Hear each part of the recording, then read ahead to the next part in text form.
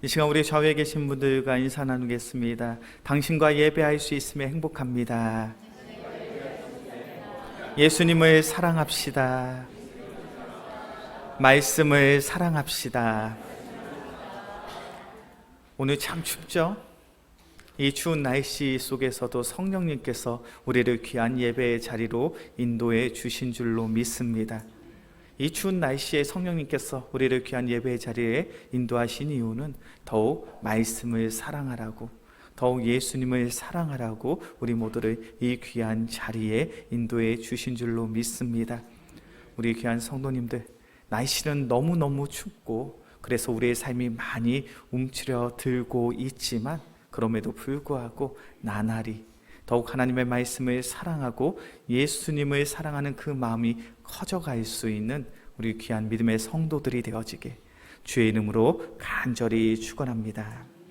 우린 계속해서 사도행전의 말씀을 살펴보고 있죠. 성경의 말씀을 보니까 예수님께서 음부의 권세가, 사탄의 권세가, 세상의 권세가 절대로 이길 수 없는 그 귀한 교회를 우리에게 허락하신 줄로 믿습니다. 주님께서 허락하신 교회는 어떤 교회입니까?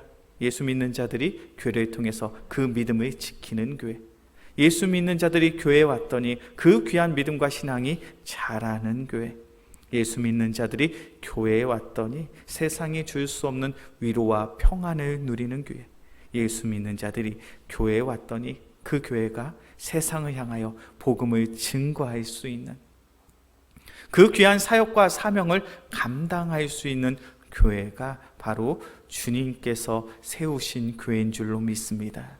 이러한 교회의 역사가 바로 사도행전의 역사이고 사도행전에 기록된 교회가 바로 주님께서 세우신 그 교회의 귀한 신앙의 본이 되고 있죠. 그렇게 사도행전 9장 31절의 말씀을 보면 주님께서 세우신 교회를 이렇게 설명합니다. 사도행전 9장 31절의 말씀인데 제가 봉독합니다. 그리하여 온 유대와 갈릴리와 사마리아 교회가 평안하여 든든히 서가고 주를 경외함과 성령의 위로로 진행하여 수가 더 많아지니라. 초대교회는 참 신앙생활하기 어려운 그런 상황이고 환경이었습니다. 예수님의 제자 야고보가 순교를 했고요, 베드로가 감옥에 갇히게 됩니다. 그리고 열심을 다하여 그리스도의 복음을 증거했던 스데반 집사는 돌에 맞아 죽게 되죠. 상황적으로 환경적으로 본다면 더 이상 신앙생활하는 것이 불가능해 보입니다. 교회가 존속하는 것이 불가능한 그러한 상황 속에 초대교회가 놓여져 있어요. 그런데 중요한 것은 그런 초대교회를 향하여 성경은 이렇게 말합니다. 교회가 평안하여 든든히 서가고. 평안할 수 있는 상황입니까? 야고보가 순교하고 스데반 집사가 순교하고 베드로가 감옥에 갇혔는데 여전히 예수 믿는 자들이 박해와 핍박을 당하고 있는데, 그런데 영적인 관점으로 봤더니 그 교회가 성령의 은혜로 평안하더라는 거예요. 그리고 영적인 관점으로 봤더니 그 교회가 든든히 세워지고 있습니다. 교회에 모인 성도들의 믿음과 신앙이 아름답게 자라고 그 교회를 통하여 평안과 위로를 누리며 세상을 향하여 그리스도의 복음을 증거하는 그 귀한 사역과 사명들이 나타나고 행해지고 있는 거예요. 우리 영광교회가 그러한 교회가 되어야 할 줄로 믿습니다. 우리가 살아가는 시대가 참 그렇잖아요. 교회 다니면 어디 하나 부족한 사람처럼, 교회 열심히 신앙생활하면 뭔가 잘못된 사람인 것처럼 그렇게 세상의 사람들은 우리를 향하여 조롱하고 멸시합니다.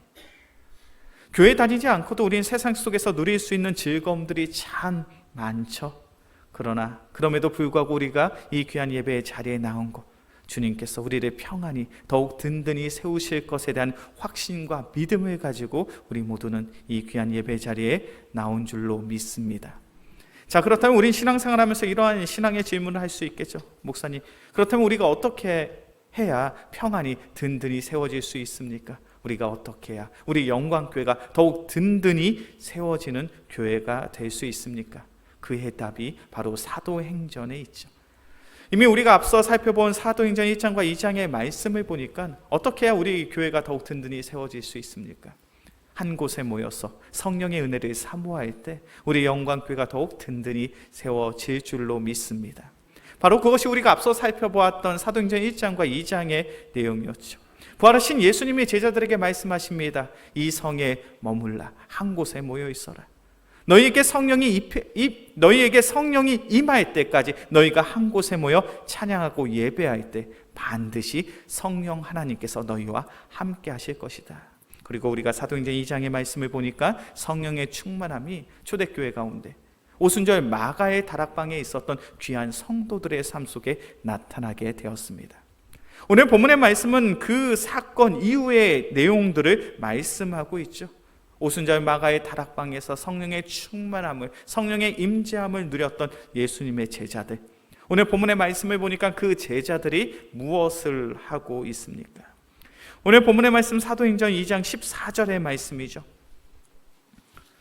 사도행전 2장 14절의 말씀 함께 봉독합니다. 베드로가 11 사도와 함께 서서 소리를 높여 이르되 유대인들과 예루살렘에 사는 모든 사람들아, 이 일을 너희로 알게 할 것이니 내 말에 귀를 기울이라. 아멘. 한 곳에 모여서 간절히 기도함으로 전심을 다하여 예배함으로 예수님의 제자들은 성령의 충만함을 누리게 되었습니다. 그 성령의 충만함을 누린 예수님의 제자들, 특별히 베드로는 오늘 본문의 말씀을 보니까 무엇을 하고 있습니까? 많은 사람들에게 설교를 하고 있죠. 특별히 오늘 우리가 함께 나눴던 본문의 말씀 사도행전 2장 14절부터 36절까지의 말씀이 바로 베드로의 설교를 설명하고 있어요. 베드로가 어떠한 말씀, 어떠한 메시지를 전하고 있는가, 그 내용이 바로 사도행전 2장 14절부터 36절까지의 내용입니다. 사도행전 2장 14절부터 36절까지 이 베드로의 설교의 핵심되는 키워드 두 가지를 이야기를 한다면, 먼저는 베드로가 강조하고 있는 것은 예수님이 부활하셨다는 거예요. 사도행전 2장 31절과 32절의 말씀이에요. 사도행전 2장 31절과 32절의 말씀 함께 봉독합니다. 미리 본고로 그리스도의 부활을 말하되 그가 음부에 버림되지 않고 그의 육신이 썩음을 당하지 아니하시리라 하더니 이 예수를 하나님이 살리신지라 우리가 다 이 일의 증인이로다. 아멘. 사도행전 2장 31절과 32절의 말씀을 보면 베드로가 많은 유대인들 앞에서 설교를 하는데 그 가운데 가장 중심이 되는, 핵심이 되는 메시지가 무엇이냐면 예수님이 부활하셨다는 거예요. 십자가에 달려 죽으신 그 예수님이 사망의 권세를 이기시고 부활하사 부활의 첫 열매가 되어 주셨다는 거예요. 세상 속에 있는 그 어떠한 사망의 권세도, 사망의 능력도, 음부의 권세도 예수를 굴복시킬 수 없었다는 거예요. 너희가 죽인 예수님이 부활하셨음을 내가 알고 내가 믿고 그 일을 증거하고 있다는 거예요. 그리고 베드로의 설교 두 번째 핵심이 무엇입니까? 사도행전 2장 36절의 말씀이에요. 사도행전 2장 36절의 말씀 함께 봉독합니다. 그런즉 이스라엘 온 집은 확실히 알지니 너희가 십자가에 못 박은 이 예수를 하나님이 주와 그리스도가 되게 하셨느니라 하니라. 이제 베드로가 많은 유대인들 앞에서 강조하고 있는 두 번째 핵심 키워드가 무엇이냐면 부활하신 예수님이 오직 우리의 삶의 참된 생명이요 구주요 그리스도가 되신다는 거예요. 지금 베드로가 많은 유대인들 앞에서 어떤 이야기를 하고 있습니까? 너희가 죽인 예수님이 부활하셨어. 그런데 부활하신 예수님은 보통의 존재가 아니야. 너희가 오직 예수 그리스도를 나의 구주로, 나의 그리스도로 영접할 때 너희는 하나님의 나라를 소유할 수 있어. 그것을 증거하고 그것을 전파하며 그것을 설교하고 있더라는 거예요.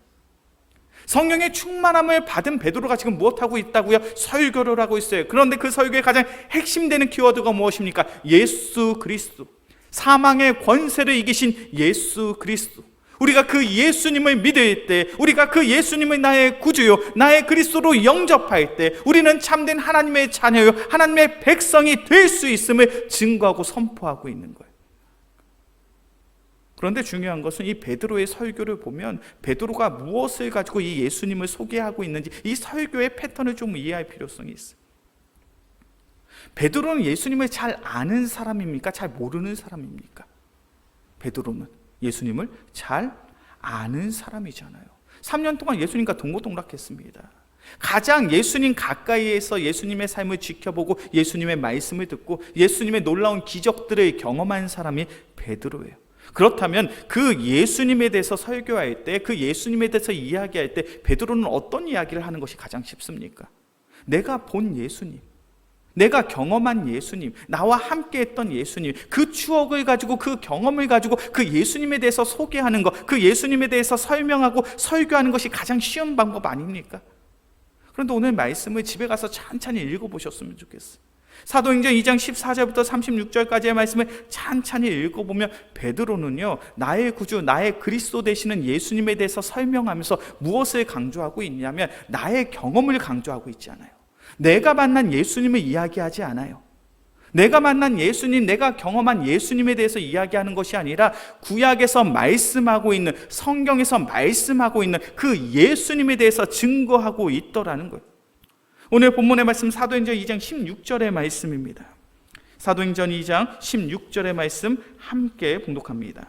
이는 곧 선지자 요엘을 통하여 말씀하신 것이니 일렀으되. 사도행전 2장 16절부터 21절까지의 말씀을 보면 지금 베드로는 요엘서의 말씀을 인용해서 예수님이 어떻게 우리의 구주가 되시는지 그것을 설명하고 있어요. 사도행전 2장 25절의 말씀도 볼까요? 사도행전 2장 25절의 말씀 함께 봉독합니다. 다윗이 그를 가리켜 이르되 내가 항상 내 앞에 계신 주를 배웠으며 나로 요동하지 않게 하기 위하여 그가 내 우편에 계시도다. 요한복음 2장 34절의 말씀도 봅니다. 다윗은 하늘에 올라가지 못하였으나 친히 말하여 이르되 주께서 내 주에게 말씀하시기를. 이제 사도행전 2장 25절부터 28절까지의 말씀을 보면 이제 베드로가 나의 구주 되시는 예수 그리스도에 대해서 설명하는데 시편의 말씀을 인용해서 말씀하고 있어요. 사도행전 2장 34절부터 36절까지의 말씀을 보면 베드로가 예수님에 대해서 설교하는데 바로 다윗의 고백인 시편의 고백을 가지고 예수님을 말씀하고 예수님을 설명하고 있더라는 거예요. 조금 이상한 이야기 아닙니까? 베드로는 3년 동안 예수님과 동고동락했어요. 함께 했어요. 그의 삶 속엔, 그의 경험 속엔 그와 함께 했던 예수님이 있습니다. 그 예수님을 소개하고 설명하는데 나의 경험이 중요하지 않아요. 내가 경험했던 기적이 중요하지 않아요. 지금 베드로가 설교함에 있어서 가장 중요한 것이 무엇입니까? 구약의 말씀, 성경의 말씀. 성경이 어떻게 그 예수님을 말씀하고 있는지 그것을 빗대어서 그것을 인용함으로 설교하고 있더라는 거예요. 베드로는 성령의 충만함을 누렸죠. 성령의 충만함을 누린 그 베드로의 놀라운 변화가 무엇인지 아십니까? 하나님의 말씀을 절대적인 진리로 받아들이고 있는 거예요. 베드로의 인생 속에 가장 중요한 것이 있는데 그것이 무엇이냐면 바로 성경 말씀, 하나님의 말씀이 가장 소중하고 가장 귀한 것이, 그것이 절대적인 진리인 거예요. 얼마나 이 성경의 말씀이 귀하고 귀한 것인지 내가 만난, 내가 경험한 예수님을 증거하는 것보다 성경의 말씀을 통하여 예수님을 증거하는 것이 더 귀하더라는 거예요. 우리 영광교회 귀한 성도님들, 우리가 신앙생활을 하면 할수록 우리의 믿음이 깊어지고 우리의 믿음이 견고해질수록 우리는 무엇을 자랑해야 되는지 아십니까? 우리는 하나님의 말씀 성경을 자랑해야 될 줄로 믿습니다. 하나님의 말씀을 절대적인 진리로 삼고 그 말씀을 통하여 우리의 삶을 돌아보며 그 말씀을 통하여 살아계신 예수 그리스도를 만날 수 있는, 그 예수 그리스도를 증거하고 선포할 수 있는 귀한 믿음의 성도들이 되어지길 주의 이름으로 간절히 축원합니다. 이것이 주님께서 원하시는 참된 성도의 모습이에요. 누가복음 24장의 말씀을 보면 그러한 사건이 기록되어 있습니다. 우리 말씀도 한번 볼까요? 누가복음 24장 27절부터 32절까지의 말씀입니다. 우리가 너무나도 잘 알고 있는 사건이에요. 누가복음 24장 27절에서부터 32절까지의 말씀.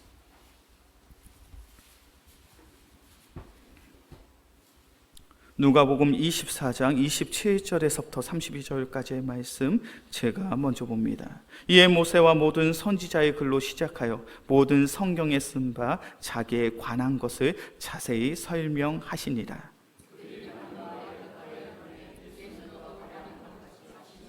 그들이 강권하여 이르되 우리와 함께 유하사이다. 때가 저물어가고 날이 이미 기울었나이다 하니 이에 그들과 함께 유하러 들어가시니라.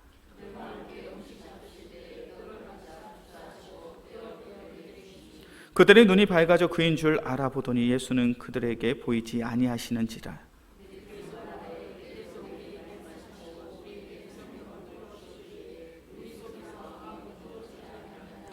아멘.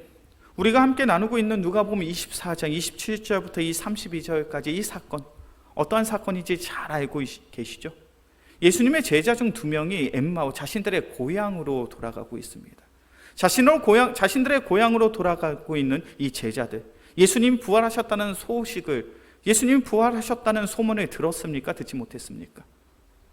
그들은 예수님 부활하셨다는 소문을 들은 자들이에요.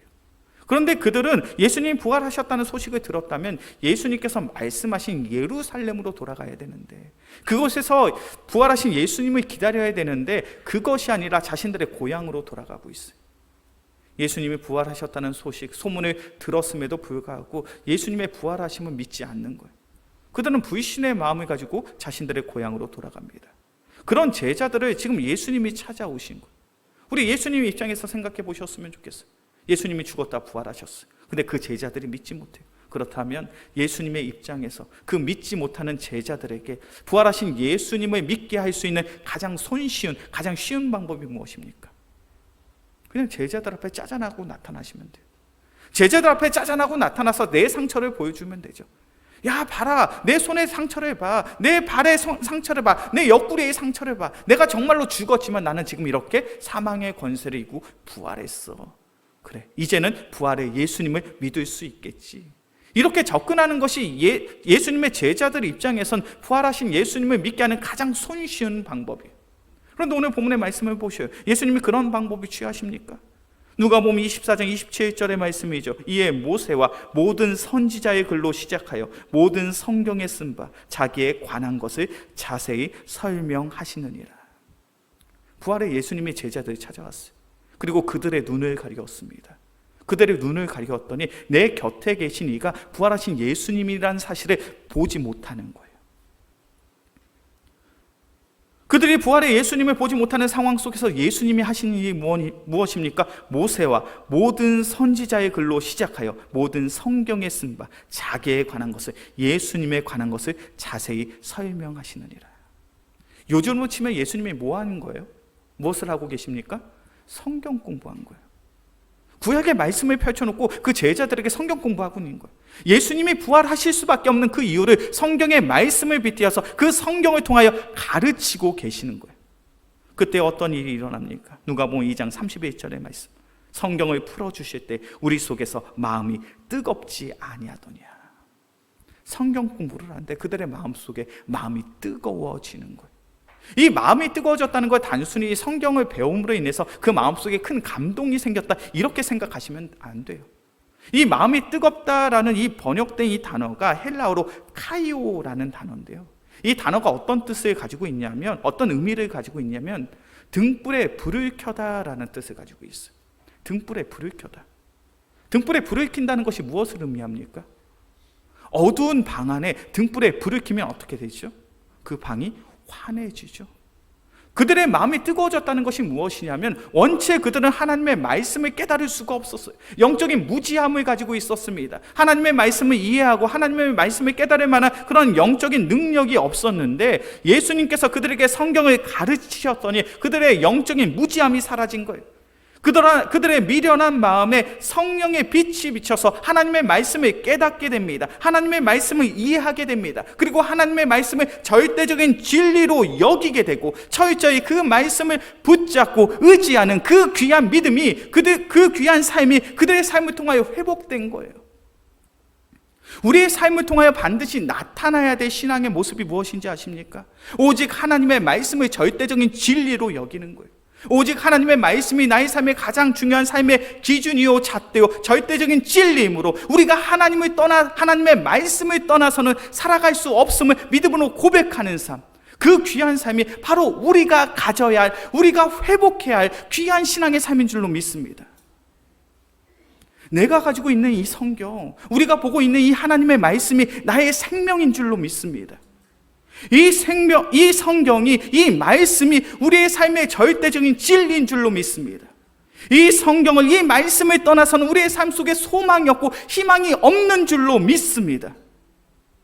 우리는 그것을 믿고 그것을 확신함으로 살아가는 이들이에요. 우리 영광교회 귀한 성도님들, 이 성경의 말씀이 나의 삶 속에 절대적인 진리이십니까? 정말 이 성경의 말씀이 나의 생명이십니까? 그래서 내가 이 말씀을 보지 않고는 도저히 살아갈 수가 없어서 하나님의 말씀을 묵상함으로 그 평안과 그 기쁨 속에서 살아가고 있냐는 거예요. 지금 베드로는 그러한 믿음을 고백하고 있는 거예요. 성령의 충만함을 받았더니 이 세상에 그 무엇보다도 소중한 것, 그 무엇보다도 귀한 것은 바로 하나님의 말씀이더라. 그 말씀을 부여잡고 그 말씀을 선포하고 있잖아요. 예수 믿는 자들이 박해를 당합니다. 예수 믿는 자들이 핍박을 당합니다. 내가 예수 믿는 자라고 이야기하면 유대인들에게 붙잡혀서 죽을 수도 있는 상황이에요. 그럼에도 불구하고 베드로는 설교합니다. 왜요? 하나님의 말씀이, 그리스도의 복음이 자신의 삶의 절대적인 진리였으니까.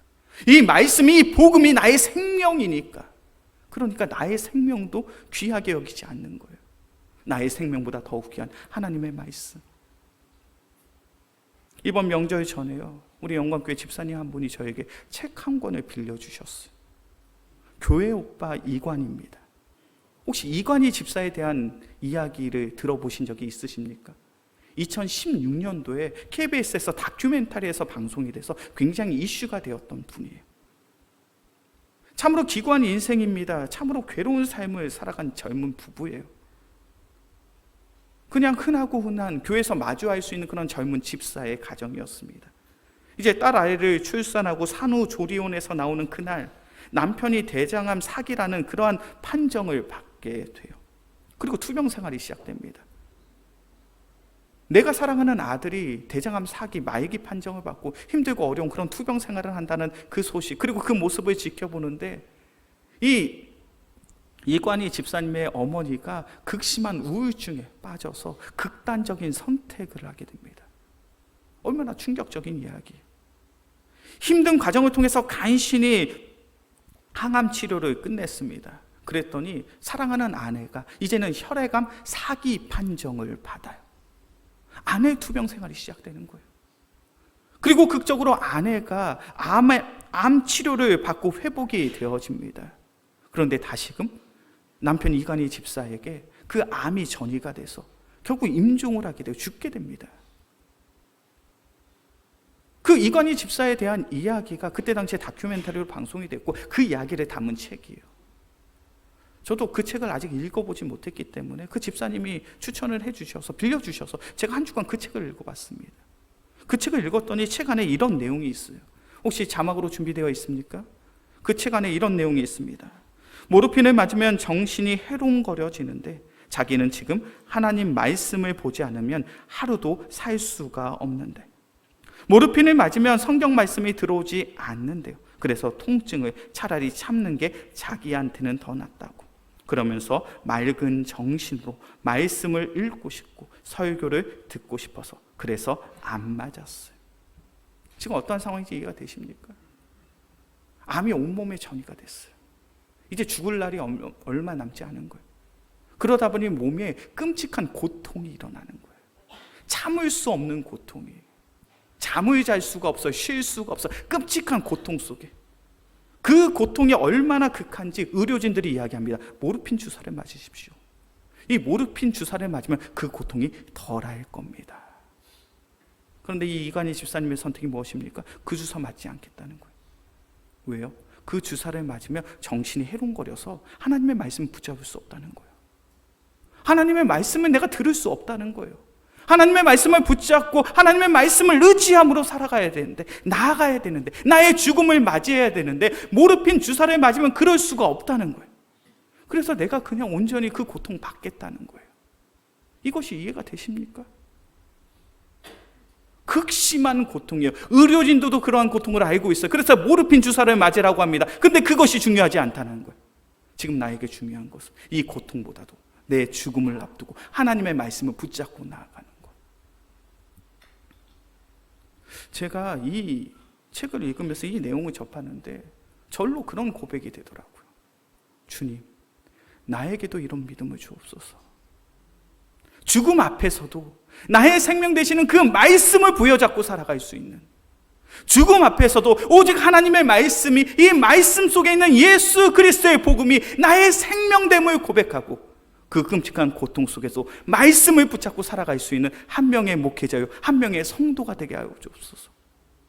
그런 기도가 절로 나오더라고요. 우리 영광교회 귀한 성도님들, 이 성경이, 이 말씀이 정말 생명이십니까? 이 성경, 이 말씀이 정말로 절대적인 진리이십니까? 이 말씀을 떠나서는 살아갈 수 없는 그런 간절함의 마음을 가지고 지금 신앙생활을 하고 계십니까? 성령의 충만함이 임하면요, 우리의 삶이 바뀌는 거예요. 하나님의 말씀이 나의 생명보다 더욱 귀하게 되는 거예요. 이 말씀을 통하여 증명되고 나타내는 예수 그리스도가 이 세상에 가장 고귀한 분이셔서 아무리 큰 고통, 끔찍한 고통이 있더라도 주님, 나 주님 바라보겠습니다. 나 주님 붙잡겠습니다. 죽음의 권세 속에서도 살아계신 예수 그리스도를 붙잡을 수 있는 것, 사망의 권세를 이기신 예수 그리스도를 믿음으로 죽음을 두려워하지 않고 고통을 두려워하지 않고 살아계신 예수 그리스도를 나의 구주로 영접하는 것, 그 귀한 성도의 삶을 살아갈 수 있는 우리 모두가 되어지게 주의 이름으로 간절히 축원합니다. 이제 말씀을 정리합니다. 뭐가 중요하십니까? 무엇이 가장 소중하십니까? 무엇을 위하여 살아가고 계십니까? 오늘 본문의 말씀을 보니까 성령의 충만함을 입은 자들은요, 하나님의 말씀 성경이 나의 생명보다 귀해요. 이 성경을 통해서 알게 된 예수 그리스도가 나의 가장 소중한 분이셔. 그래서 그것을 위하여 살아갑니다. 바로 그러한 삶의 모습이 든든히 세워지는 성도요, 든든히 세워지는 교회예요. 우리 영광교회가 그러한 교회가 되어지게 주의 이름으로 간절히 축원합니다. 우리의 상황, 우리의 환경이 어떠하든지 더욱 하나님의 말씀을 나의 생명보다 더욱 귀한 것으로 여기고 그 말씀, 그 성경을 붙잡고 나아갈 수 있는, 그 말씀, 그 성경을 통하여 나를 위해 죽으신 예수 그리스도를 바라볼 수 있는 우리 모두가 되어지게 주의 이름으로 간절히 축원합니다. 이 시간 오늘의 말씀을 기억함으로 우리 함께 찬양하고 기도하겠습니다. 내 구주 예수를 더욱 사랑 찬양합시다.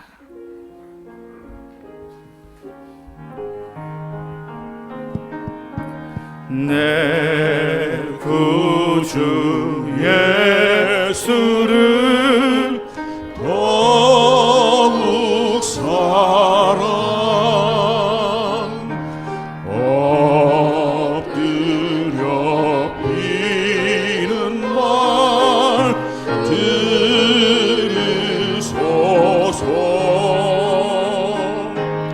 내 진정 소원이 내 구주 예수를 더욱 사랑, 더욱 3절 이 세상 떠날 때, 이 세상 떠날 때 찬양하고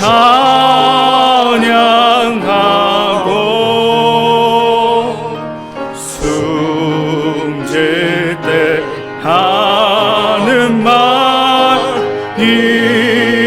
이것일세.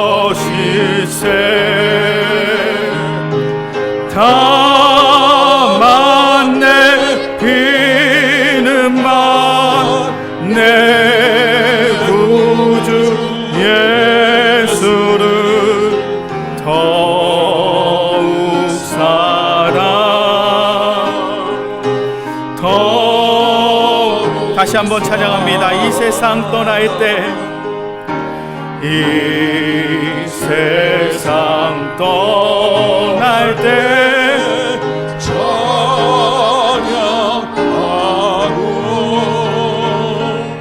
숨질 때 하는 말 이것일세. 다만 내 비는 말 내 구주 예수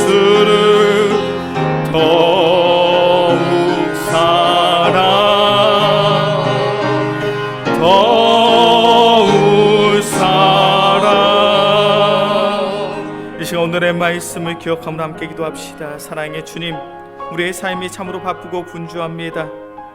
때론 우리의 상황 속에서 신앙생활을 한다는 것이 참으로 힘들고 어렵습니다. 그러나 사랑의 주님, 우리의 상황, 우리의 환경이 어떠하든지 성령 하나님께서 우리의 마음을 붙잡아 주소. 더욱 하나님의 말씀을 사랑하며 그 말씀을 깊이 묵상하며 오직 하나님의 말씀, 이 성경이 우리의 삶의 절대적인 진리요 나의 생명이 될 수 있는 귀한 믿음의 성도들 되게 하여 주시옵소서. 그래 이 성경 하나님의 말씀을 통하여 이 땅에 오신 예수 그리스도를 만나게 하여 주시옵소서. 나를 위하여 십자가에 달려 죽으신 예수 그리스도를 마주하며 그 부활의 소망을 가지고 살아갈 수 있는 귀한 믿음의 성도들 되게 하여 주시옵소서. 그래 우리 영광교회 귀한 성도들, 오직 하나님의 말씀을 사랑하고 더욱 예수 그리스도를 사랑함으로 이 어두운 세상 속에 주님의 참된 제자요 하나님의 나라를 소유한 참된 믿음의 성도로서 살아가게 하여 주시옵소서. 이 시간 오늘의 말씀을 기억하고 주여 한번 무릎짓고 간절히 기도합시다. 주여,